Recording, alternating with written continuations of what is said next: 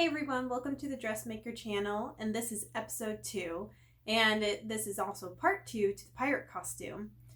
Now, I have some unfortunate news.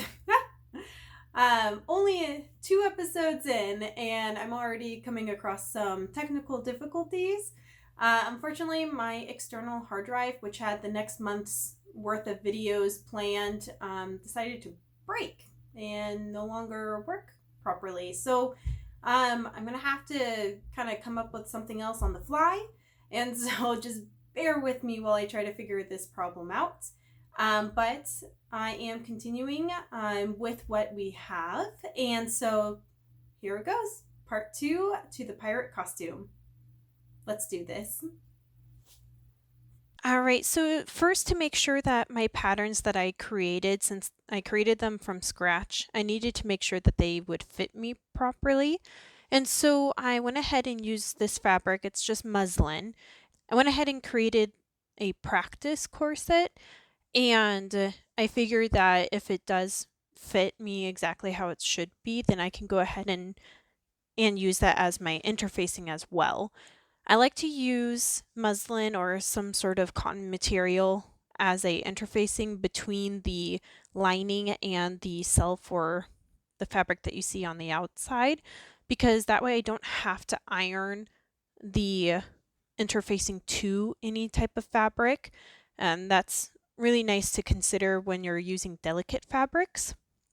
And I also like the idea where if I need to sew boning into a corset, I don't want my boning channels or my stitch lines to be seen. And so I can just sew everything to this middle layer of the corset, and you won't be able to see where the boning is located on the inside or outside. So after creating my muslin bodice, it actually did fit perfectly. And so I moved forward with keeping that sewn together. And then I also started to sew together the rest of the corset. Now, the first thing that I sewed together is the black outside fabric and also the black lining for the inside. After I completed that, I went ahead and sewed the red pieces together. While I was sewing the red pieces together, I did my gathering that I had made the pattern for, and it wasn't doing exactly what I was wanting. So on one side, the gathers are at the bottom, and on the other side, the gathers are at the top. And so I was hoping that with that coming to the front, that they would have kind of like this crisscross type of pattern. Well, it didn't really transpose that well because of the seam right here. And so what I had to do was kind of fold it and iron it myself to guide the fabric to what I wanted it to do. And then I did a hand stitch tacking at the bust point here on either side. So now it looks exactly how I was wanting it to look, where it's kind of bunched and scrunched coming from opposite sides. And then after I went ahead and sewed all 3 pieces together around the top and then around the bottom. And what this created was kind of like a tube of fabric. And I just had to flip it right side out. And once I flipped everything right side out, all I had were openings here at the center back. And this is one thing that I kind of wish that I did differently. And I'll tell you about the other things that I noticed afterwards that I should have considered before. But one is I decided to do an edge stitch right here to close the openings and to seal up the and to seal up all 3 layers. And I kind of wish I didn't do that, or if I wish I would have thought of some other way of sealing it up, like hand stitching it together so that way you couldn't see the stitch lines, because edge stitching is difficult in itself, and doing it on this type of material, it made it even harder. And so you can kind of see how there's some areas that I completely messed up on my stitching. They're not completely straight and they kind of go in and out from the edge. So that's one thing that I wish I did differently. But I also sewed horsehair braid on the edge of the middle layer after I sewed the boning to the middle layer. This is to give stability to the center back, and it's also to give stability and strengthen where my grommets and eyelets are going to go. Now, after I sealed up the center back and I put my eyelets and grommets in, I put them 1 inch apart. I figured that would be enough for this type of costume. I tested the corset on and found that there is a gap in the center back, and I didn't want the shirt I was wearing underneath to show through. I wanted something a little bit extra to pop out. And so I decided to put the panel on the center back. And this is the second thing that I wish I kind of did differently is I just used the same idea as the corset. I have the red fabric on the outside to show through. I have muslin on the inside as a middle fabric, and then I have the lining. And then after I sewed just a rectangular piece, I hand sewed it to this seam right here to the lining, and it's just supposed to lay against my back, and in case the center back comes open or it doesn't close all the way, which it doesn't on me, or as you can see on this dress form, then it hides what I'm wearing underneath. I did not put any boning or horsehair braid on this back panel, and that's why it's kind of bunching up and it's really kind of just floppy.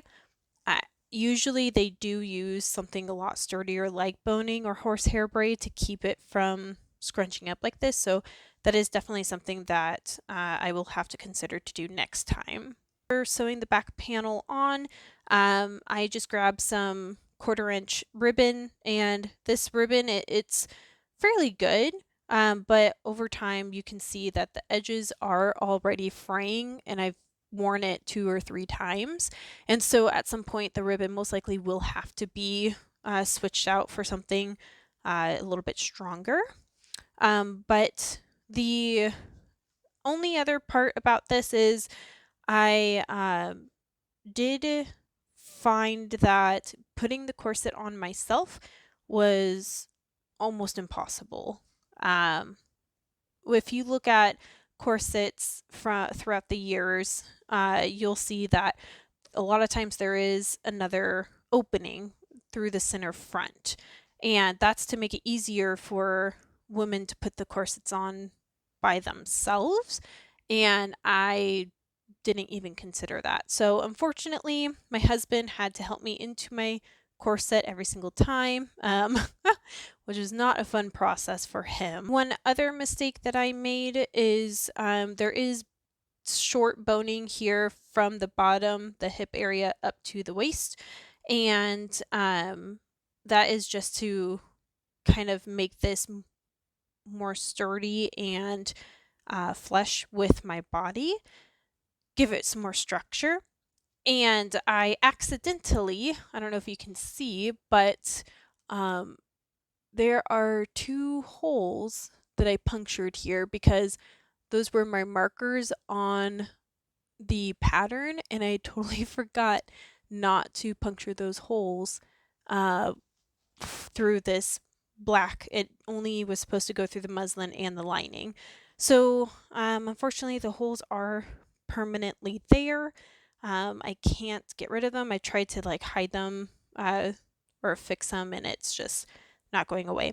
Luckily they're not very noticeable, but that is another accident or mistake that I ended up making. Next part were the pants. So for the pants, I had some scrap. Essentially, it's the Halloween fabric where it's the cheap velvet. And I thought that would be perfect because it's stretchy enough to be able to make pants out of, and to the point where I won't rip them.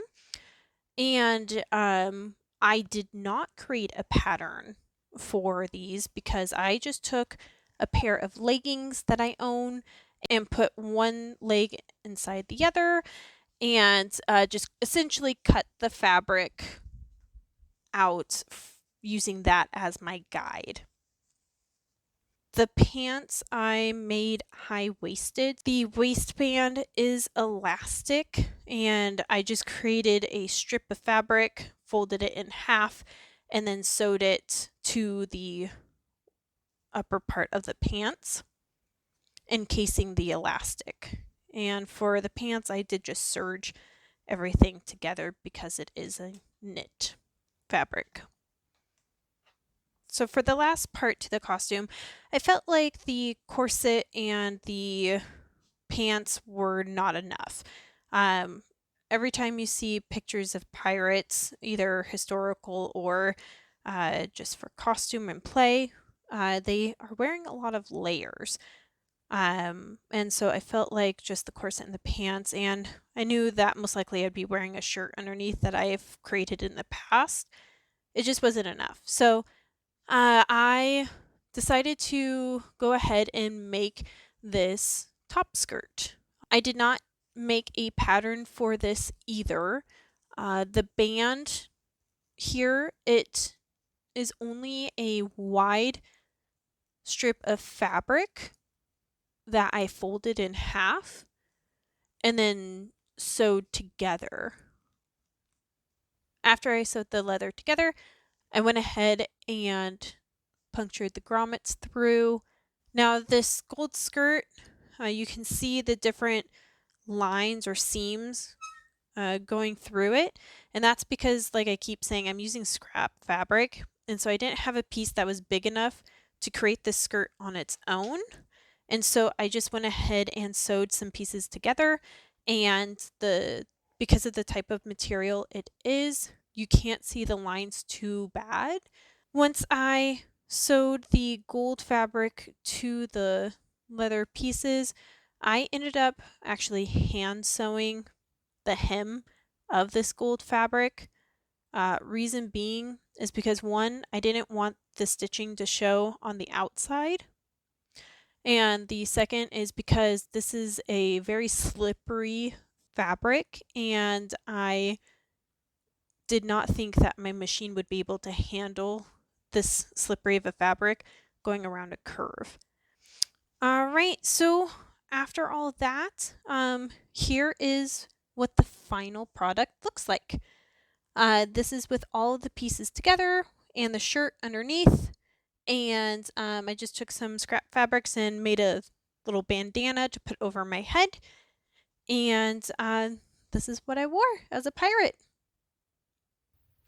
All right, well, thanks again for watching. And again, I am sorry that the video wasn't exactly how it should have been and that it was a little rough around the edges there, but thanks for sticking with it. Hope to see you guys again soon for the next project. Bye.